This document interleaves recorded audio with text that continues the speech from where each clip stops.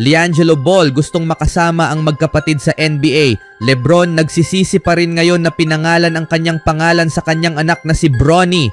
At pagbabalik ni Curry sa Warriors, may kasamang good news ni Kerr. Si LiAngelo Ball ay hindi sumusuko sa pangarap na makasama ang kanyang mga kapatid sa NBA. Patuloy na sinusubukan ni LiAngelo Ball na makapasok sa NBA at makasama ang kanyang mga kapatid sina Lonzo at LaMelo Ball. Sa panayam niya sa podcast ni Angel Reese, Unapologetically Angel, ibinahagi niya ang pinakabagong update tungkol sa kanyang mga plano ayon sa ulat ng NBA Central. Yan ang sinusubukan kong gawin, maglaro kasama sina Lonzo at LaMelo Ball sa NBA, sabi ni LiAngelo.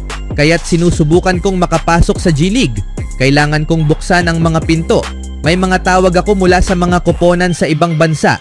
Ipinaliwanag din ni LiAngelo na open siyang maglaro sa ibang bansa. Ngunit mas nais niyang subukan munang makapasok sa G League. Noong una, sinubukan ni LaMelo na tulungan si LiAngelo na mapasama sa G League team ng Hornets.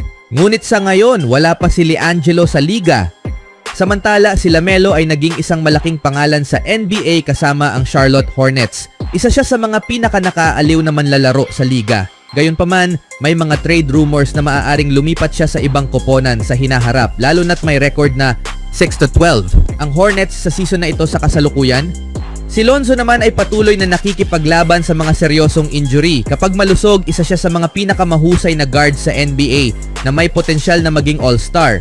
Gayunpaman, kailangan niyang makahanap ng paraan upang manatiling malusog upang maipakita ang kanyang buong kakayahan. Bagamat hindi masama ang laro ni LiAngelo, nahirapan siyang makamit ang kanyang layunin na makapasok sa NBA.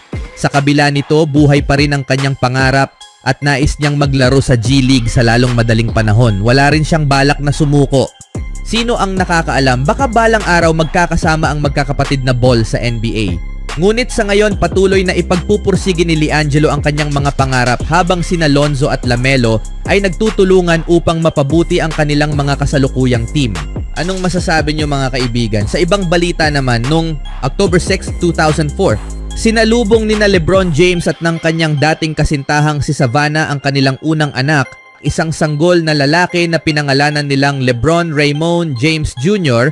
Malinaw na ang pangalan ay inspirasyon mula sa kanyang tanyag na NBA star na ama. Gayunpaman, nagkaroon si King James ng halo-halong damdamin ukol sa desisyong ito kalaunan. Ibinahagi ng superstar ng Los Angeles Lakers ang kanyang mga saloobin noong July 2018 habang ginagawa ang unang episode ng kanyang HBO TV series na The Shop.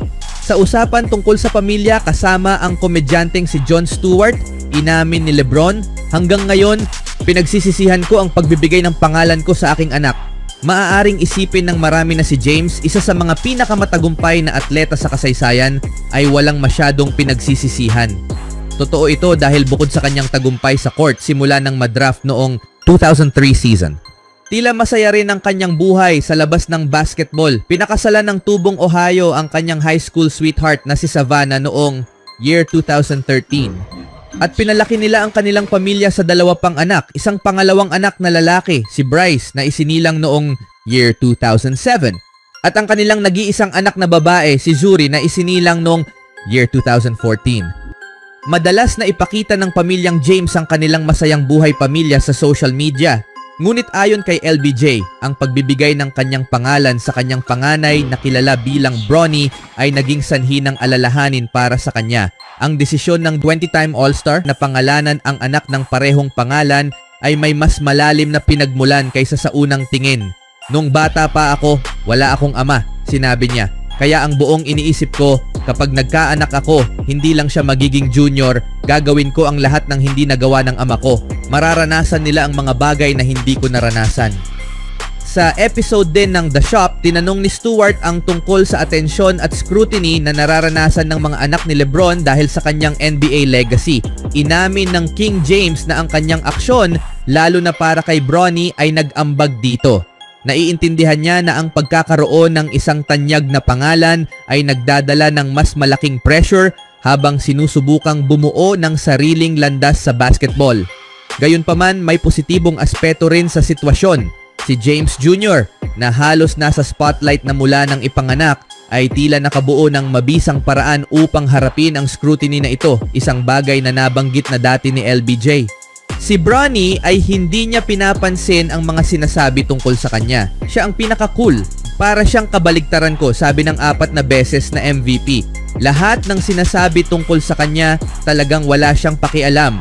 Kung totoo ito, mas mahalaga ang tibay na ito ngayon habang si Bronny ay humaharap sa matinding scrutiny sa NBA. Ang pagkakadraft ng 20 taong gulang sa Lakers noong nakaraang draft ay nabatikos bilang nepotismo, lalo na matapos ang hindi kahangahangang performance niya sa preseason Summer League at 6 na opisyal na laro sa NBA. Kamakailan, mas tumindi pa ang mga kritisismo lalo na mula kay Charles Barkley nang ianunsyo ng Lakers na maglalaro lamang ang 6'2" shooting guard sa mga home games ng kanilang G League team. Anong masasabi nyo dito mga kaibigan?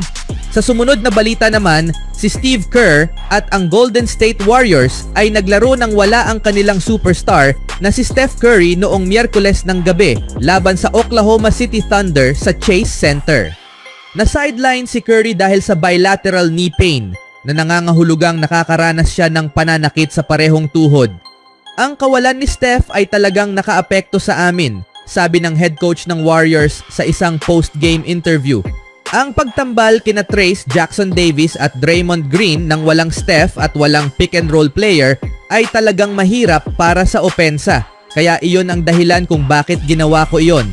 Si JK, Jonathan Kuminga, ay pumasok at gumawa ng mahusay na trabaho matapos ang unang run kung saan medyo kinakalawang pa siya. Ngunit tiyak na gagamitin namin ang mas maliit na lineup na iyon kasama si JK sa 4 at si Draymond bilang 5 plenty sa mga darating na laro, dagdag ni Kerr. Sa tingin ko, ipagpapatuloy namin ang pagsisimula sa lineup na ito kasama sina Trace at Draymond.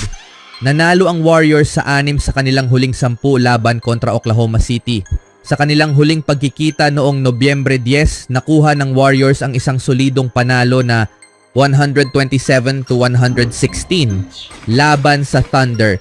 Ngunit nagtamo ang Warriors ng kanilang unang 3 sunod na pagkatalo ngayong season. Noong Huwebes ng araw, nagpakita ng matibay na laban ng Golden State ngunit nabigo silang makuha ang dramatic comeback na kailangan ng wala si Curry laban sa Thunder.